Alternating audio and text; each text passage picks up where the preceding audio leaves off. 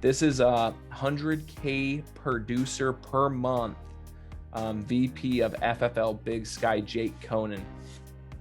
Jake, what I did is I had a bunch of people. I told them you were coming on our call, and I had them submit questions. Okay. Love it. And I'm just going to hit you with them. That sounds good to me, man. Let's go. Okay. So can you just share about your background prior to Family First Life? Of course. So I was in a captive agency. We didn't have any leads. We only had one product to sell. So we were not always doing what was best for the clients, and it was fully underwritten, right? So there's definitely some negative and positive implications that can come with that for sure. But every piece of business that you were bringing in, there was like 3 or 4 sales in one. The first sale was to get a hold of them. The second sale was convincing them to get in front of you. The third sale was actually selling them the products, right? The fourth, fifth, and fifth sale was all follow-up to make sure they went through with the paramed exam to get that fully underwritten policy done and in the books.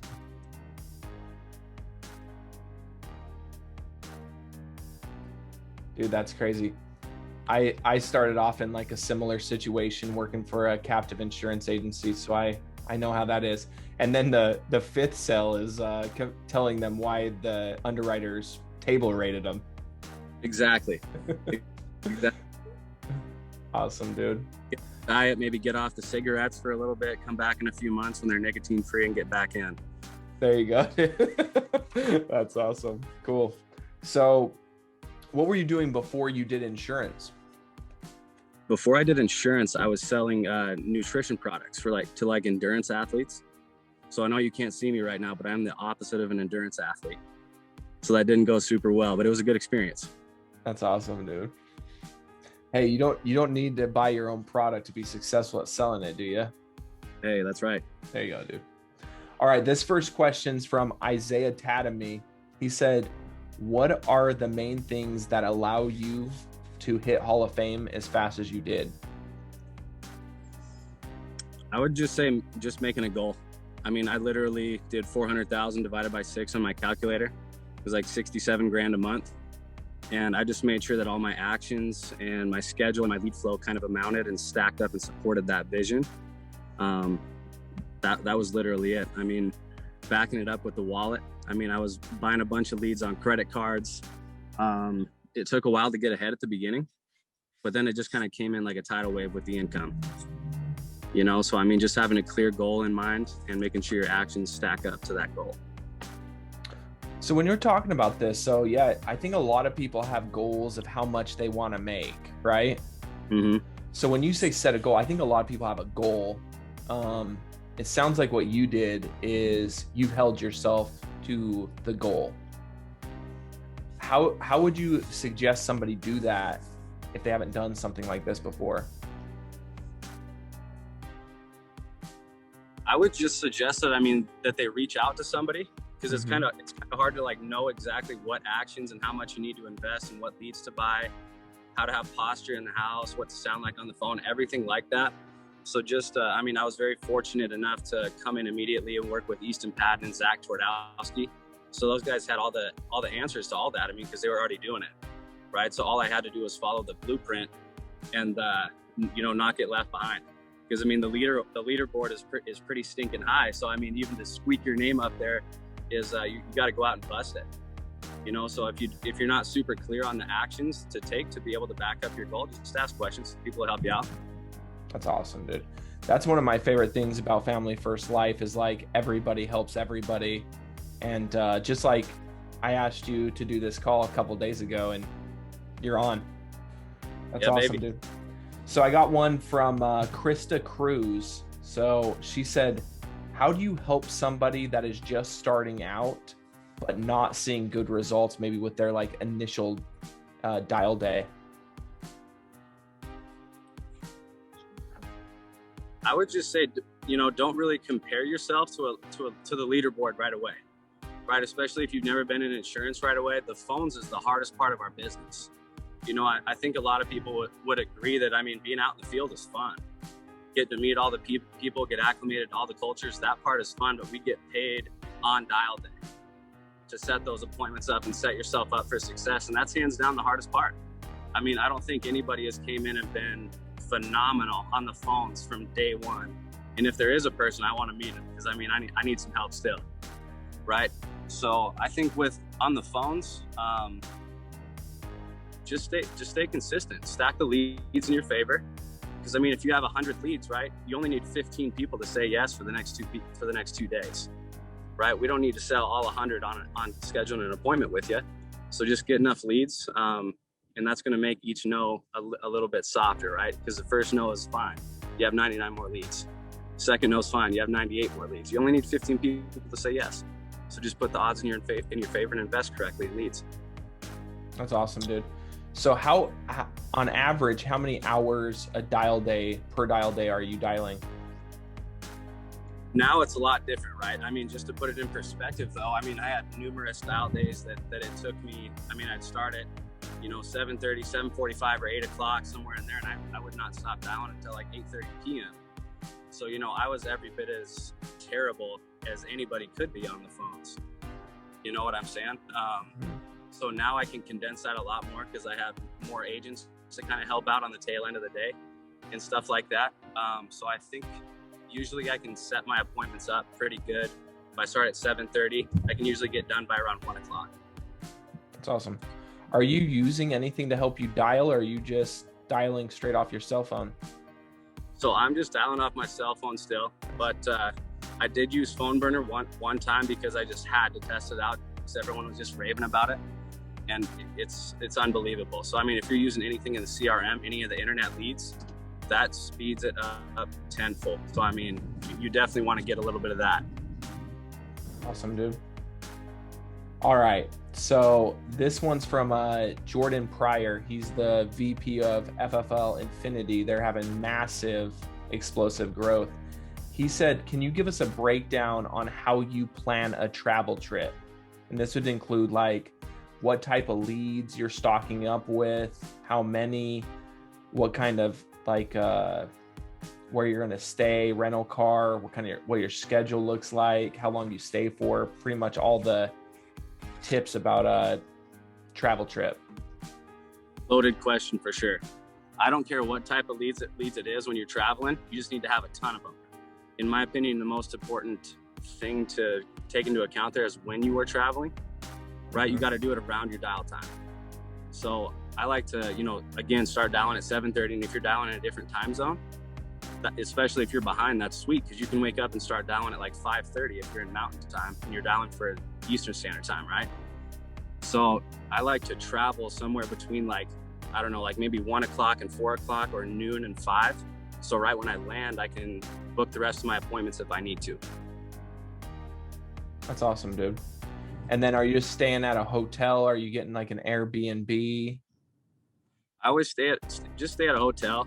I mean, just kind of seclude yourself a little bit, so you can focus, you can come back to the hotel and train, just isolate yourself a little bit. I think there's so much room for growth in isolation a little bit when you do those travel trips. I mean, doing travel trips with friends, that's awesome too. You guys are going to be very focused on business the whole entire time, right?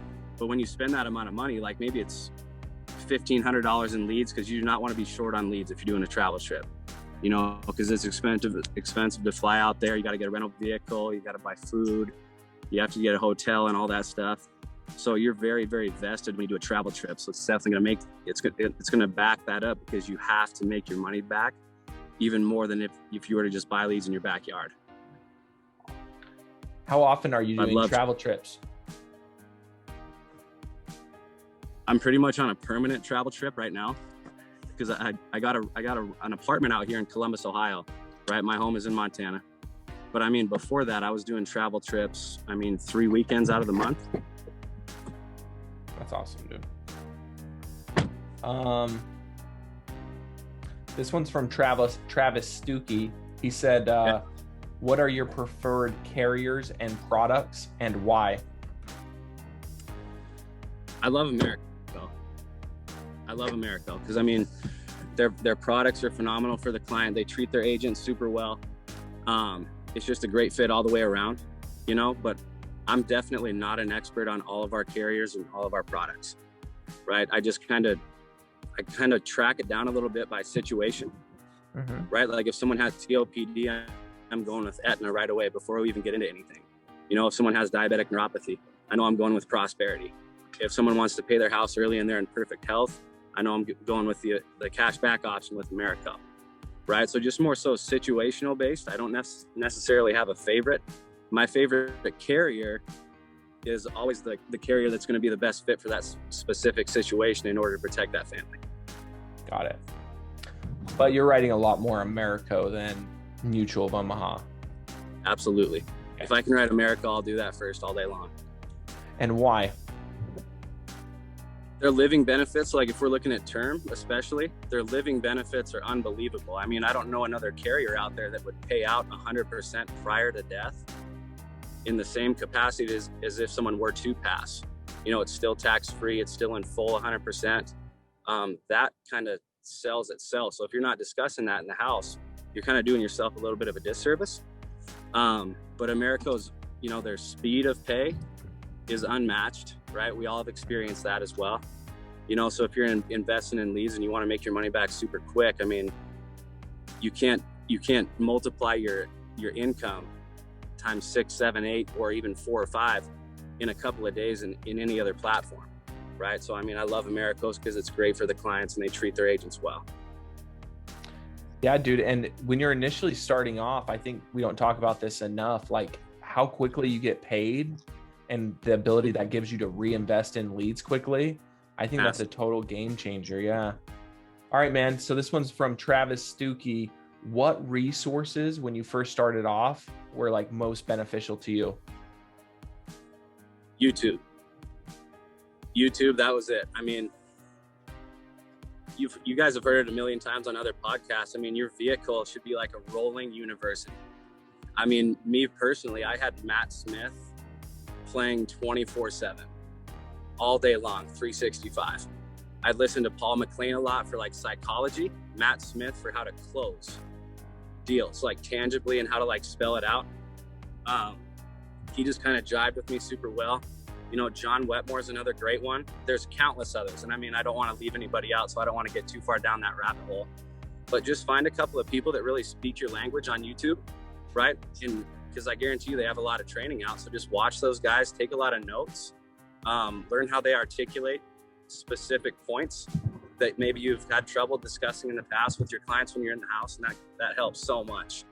So YouTube is number one. And number two is reach up. Establish a great relationship with people above you, or people that where you want to be, more so than people above you. So you can always reach out to them for help, especially if you're backing up what they tell you to do with action, right? You're always going to have a guaranteed built-in coach, even if they're not on your team. And Family First Life is the best place to do that. I mean, you can reach out to anybody for help. Yeah, man, that's probably my favorite thing about Family First Life. All right, so this one's from a guy who couldn't say enough good things about you and your trainings that he's seen. This is from Isaiah Tadamy. He's FFL Elevate. He said when he was watching your podcast with Andrew, he could tell that you were really good at asking questions to your client to kind of create the need or build the need. What kind of questions are you asking in the home? And we're talking about in the beginning of your appointment. Okay. In the very beginning of appointment, the first thing that I like to think of, at least for my in-home, is I like to think of myself like a taxi driver. Right? I don't know if you guys have ever jumped, like if you've jumped in a taxi before, right? They have to know where you're going. They have to know where you're going. So right when I show up to a house, I don't really build a whole lot of rapport. I just lead people to wherever we're going to have the appointment. And I need the coordinates or directions to where we're going, so that can like kind of back up and reiterate why I'm there in the first place, and back up and reiterate why I'm asking them all the questions that I'm asking. So right when I show up, I just kind of ask, like if we're doing mortgage protection or final expense, it doesn't matter. You know, I would just be like, hey, you know, Zach, what kind of has you looking into mortgage protection in the first place? And basically just turn into a little kid. Keep asking why. But keep asking why in the direction that you want to go. So if you just said, you know, hey, I just want to look at price, I'd say, okay, perfect, awesome. We're going to get to price, absolutely, because it does cost something. But what would you really be wanting to protect? And just keep going and keep going and keep going until they're basically until they tell you that's why you're here, right? I've had that numerous times when I'm in the house, and you just keep plugging away at that beginning, because then that's going to set up your whole appointment. Like, basically, I want them to sell me the product before we even get into products. Like, I want to, if it's a husband and a wife, I want them to tell me within the first 5 minutes, well, my wife's a stay-at-home mom with the 3 kids. I'm the only one that's out there working. So, I mean, if something happens to me, my wife and kids lose all of their income on a monthly basis, you know, so that's why you're here. Basically, if you could ask questions up front to begin with, to magnify the degree to why you're there, you just set up your whole appointment. I mean, you're going to submit an application. I agree with you there, man. That's really good. This one was from Jordan Pryor. Which leads are best and why? At first, I had a different opinion on this, but at this point, I don't care what the lead is as long as you can get in the house. All leads kind of start to blend together, and they're all going to act the same when you're in the house. It does not matter. I mean, it could be a 50-cent lead. You know, I guarantee you a lot of people, if we could all like raise our hands in here, like how many people could have made, you know, $3,000 off like a 50-cent 3-month-old mortgage protection lead without an image? You know what I'm saying? I've made the same amount of money off a mortgage protection lead that was $80 a piece, like a retro lead. I've made the same amount of money off of a final expense mailer or a Facebook final expense or an internet life lead, instant internet life lead, right? So just the number one thing is it doesn't matter what the lead is. Just dial until you get the number of appointments that you need, and then approach every appointment the same way, and you're going to have very similar outcomes with all lead types. I think, yeah, I totally agree with you. I think each lead has kind of a pro and a con. So maybe Sure. Some of the cheaper leads, you need to be a little bit more diligent on the phone. You might need to go door knock some of those a little bit more. Yep. So they're not all the same, but if Yes. you work them hard, you can have the same results. Exactly. I was breaking down the statistics, and I actually found that if somebody booked an appointment off of an aged mortgage protection lead, that your close ratio on that is higher than a brand new mortgage protection lead, because they've been in the house longer, or they already kind of know what they're getting into with the appointment. So, dude, yeah, like you said, kind of everyone has its pro and its con. One thing that helped me when I was in the field a lot was being on a reoccurring lead order, because this helped me be consistent, and it also helped me, like, if I ever took a vacation, to get off the vacation quickly. So if you're trying to take it to the next level and you haven't got any reoccurring lead orders like direct mail, I would highly encourage that, because it just holds you a little bit more accountable. Absolutely. All right, dude. Here's one from me. What things do you do in the home to avoid or minimize objections that you would get otherwise at the end of your presentation? I just kind of get out in front of them as best as I possibly can, and show. I mean, I like to show them ways that they can spend the money. I think that's like the number one thing that I do in the house is I treat them like they already have the product that I'm trying to apply to them, and I show them ways that they can spend that money, if that makes sense. So they can reduce all those questions, you know. So like if we were talking about just buying a little time, you're with an older couple in the house and they still have a mortgage, you show up for a final expense appointment, but it just turns into a mortgage, right? Because they have one. And we're just talking about buying time, right? You know, hey, Zach, I kind of assume like the reason you want to look into something like this is just so Mary doesn't have to liquidate the house. She's not forced to make an emotional decision, sell the house, have it cut into your bottom dollar and equity, stuff like that. Is that correct? Okay, got it. So here's how that $20,000 would apply to your situation. Your mortgage is $1,000 a month. That's going to pay for 20 months of the mortgage, the taxes, and the insurance for the house. So Mary can sit down. She's not going to have the rug ripped out from underneath her feet financially. And she's able to just keep her income the same and not worry about the mortgage payment. And then once she sells the mortgage payment, or once she sells the house, she can combine all that life insurance money, whatever's left, with the equity from her house, right? So John, I know you're, or Zach, I know you're older, right? You're 78 years old. So this is $354 a month for $20,000 of whole life coverage. But what you're actually paying for when combining it with the equity is $354 a month for $100,000 to Mary to be able to use for the rest of her life. Does that make sense, Zach? Yeah.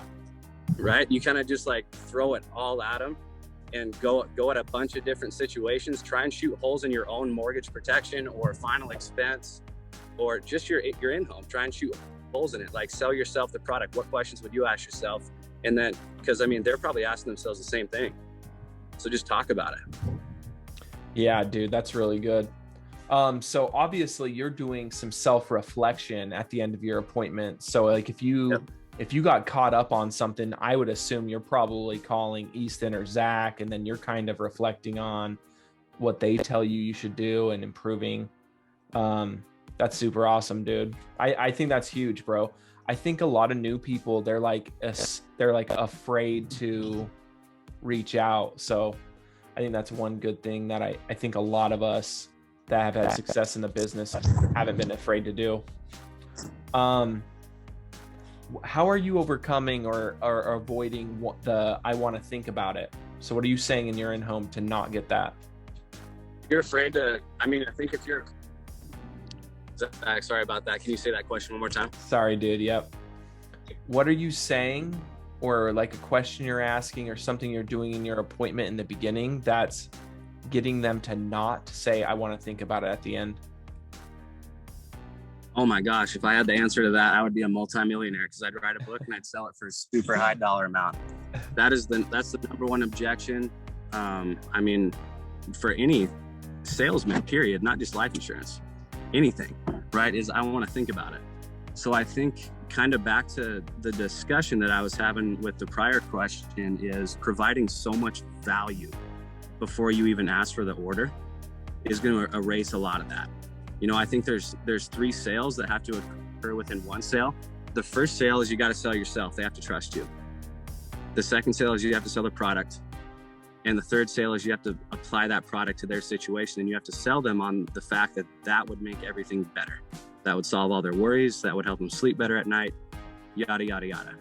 You know, so if you do those 3 things extremely well, I mean, think about how well you have to do it and then go past it. Like way past it, almost to like the obnoxious extent when you're in the house, and trickle in a bunch of trial closes. Does that make sense, Zach? Are you with me, Zach? Zach, would something like this make sense for your situation? Zach, are we going down the right path here? I want you to say yes to me like 4, 5, 6, 7, 8, 9, 10 times before I even ask for your check. You know what I'm saying? I want to address any questions before. I constantly ask people, you know, are you with me? Are you picking up what I'm putting down? Is there any questions you have so far?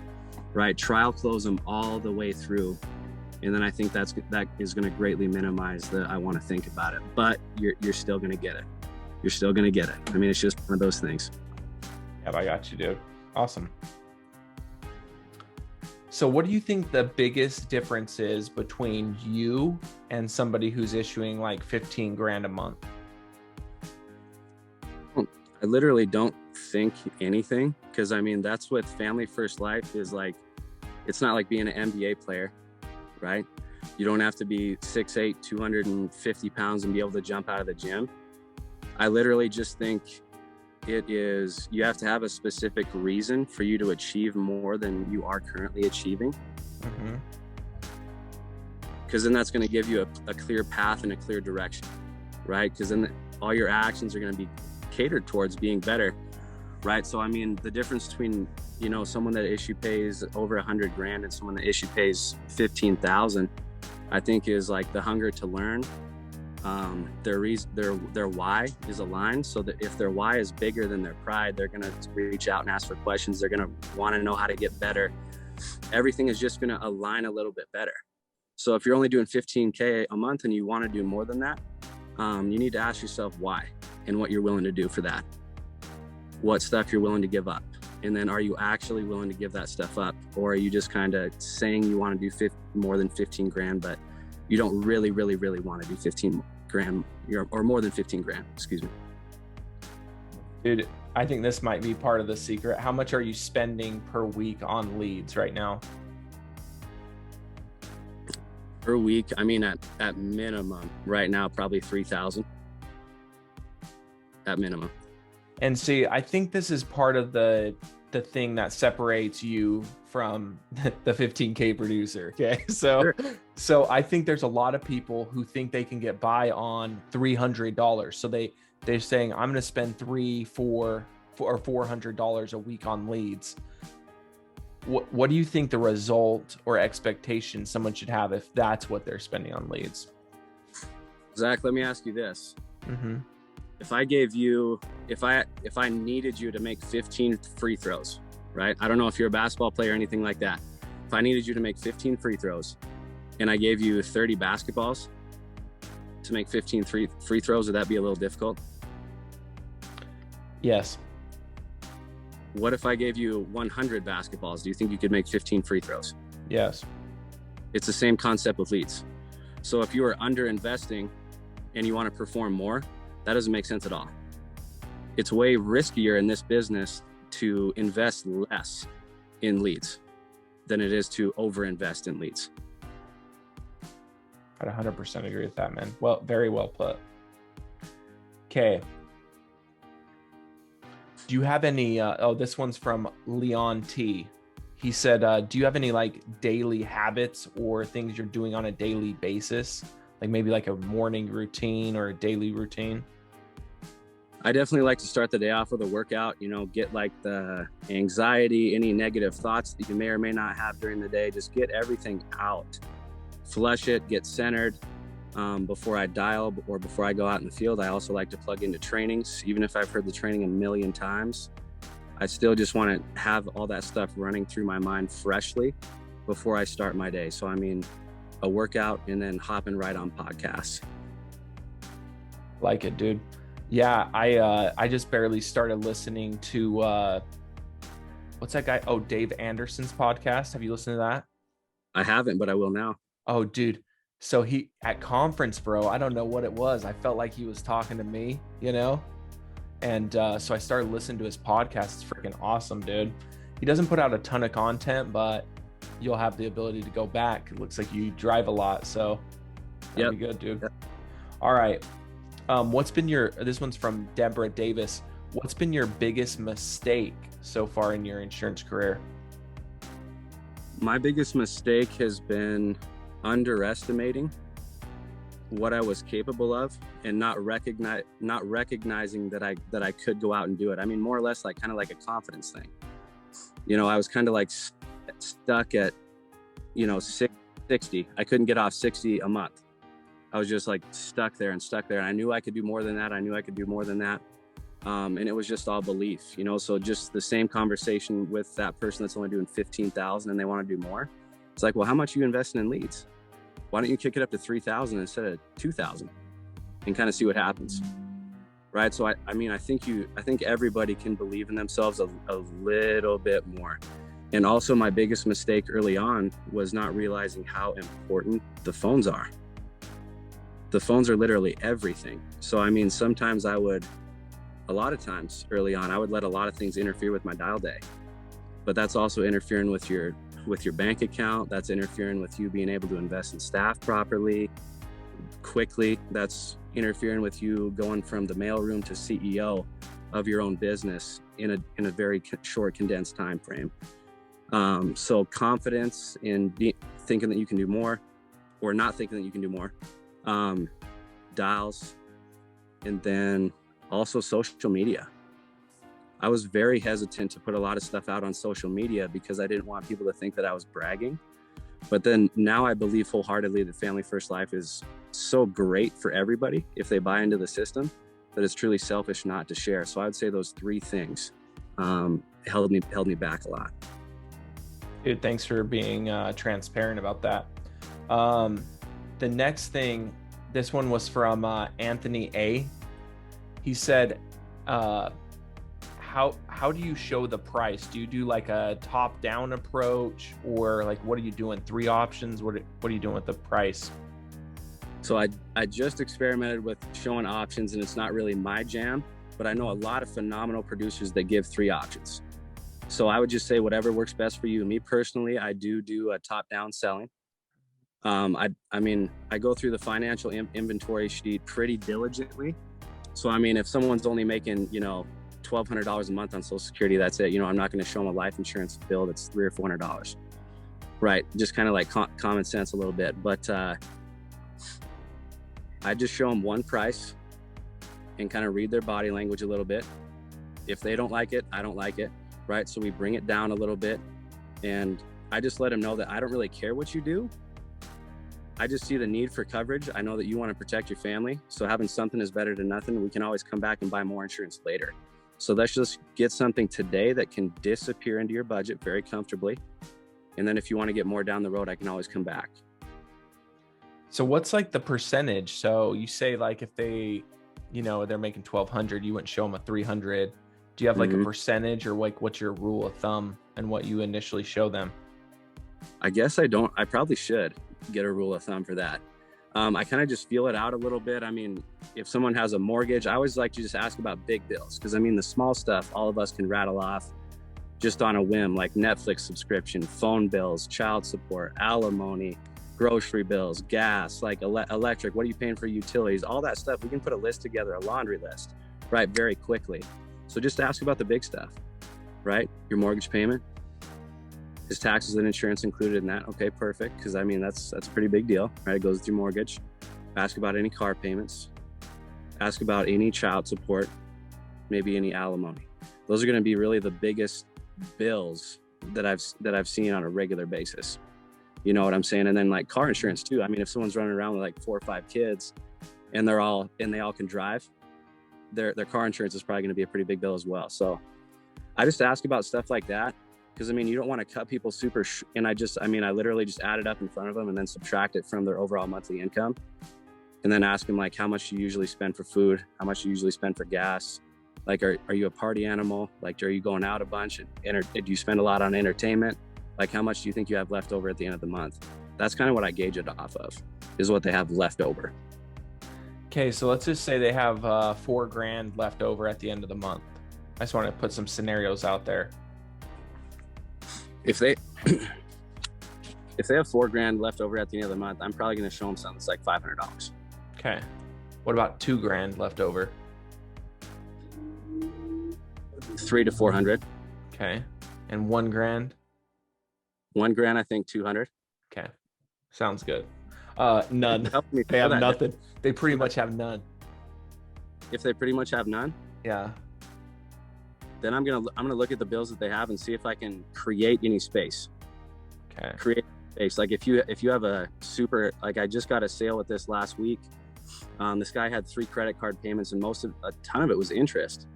Right. So I just went on NerdWallet. I had him apply for a new credit card that had 18 months 0% financing, or interest-free financing, and he transferred all of his debt to the one credit card, and it freed up $200 for a sale. Right. And ask them how important stuff is. Like if someone is spending like their last dime on the NFL Sunday ticket, and Exactly. they want to get protection for their son because they love their son so much or whatever, like just go over and watch the game at your son's house. Dude, or come on, it's 2021. Stream that crap, dude. Stream it. Yes, just show them how to spend less money with what they have. I mean, you can always create space in the house. Exactly. Stream it, you know? So you can, I've called people's providers up like that and literally like cancel their subscription on the spot, you know, and then put a life insurance policy in place. But I'm going to start using that instead. Let's stream it. Like, there you go, dude. Awesome, man. So I guess in closing, we have tons more questions, but I want to value your time here. I told you 45 minutes. So in closing, what advice would you give to new people about being in the home that you haven't shared yet? have structure, have an in-home that is very replicatable for you. And if you don't have something yet, borrow it from somebody else, because I guarantee you're just arm's reach or a phone call away from getting structure for the house. Adopt somebody's structure and then just make the tweaks that work best for you kind of as you go and as you see fit. Because if you don't have structure in the house, you're never going to be able to pinpoint what you did right or what you did wrong, right? Which is very important, because if you're doing something wrong consistently and it's the same thing, but you don't have structure, it's probably going to be difficult for you to pinpoint it until someone asks you about it, right? So I would say structure in the house is massive. And especially for a new agent, I think you guys are the one with the license. You guys need to start acting like the one with the license in the house, and you need to be the one that's asking questions. You got to realize that whoever's asking questions is the one that's in control, right? So get really, really good at asking questions and realize that you're the one with the license and you're there for a reason. You went through all that training, you got licensed, you jumped through all the hoops to be over here with Family First Life, and that family needs to be served and led, and you're there for a reason. So act like it. Do yourself a service there. For a new agent, I think this is probably the biggest, is do not be afraid to call your upline when you're in the house. Do not be afraid to call your upline. You're wasting a lot of money, and you're leaving a lot of money on the table, and you're leaving a lot of families unprotected as well. So it's kind of selfish not to call your upline or someone that's willing to help you in the house. And I think the way that you phrase that is equally as important in the house too. Just come from a place of service, right? So Zach, I'm going to call the head underwriter here in the state. I have a great idea of the direction that we're going to go, but I just want to make certain that we're doing the best thing for you possible. So I'm going to step outside for 5 minutes. No one's going to be upset about that. Yeah, I think everyone's going to appreciate it. It's probably going to make you seem more valid as well. I agree.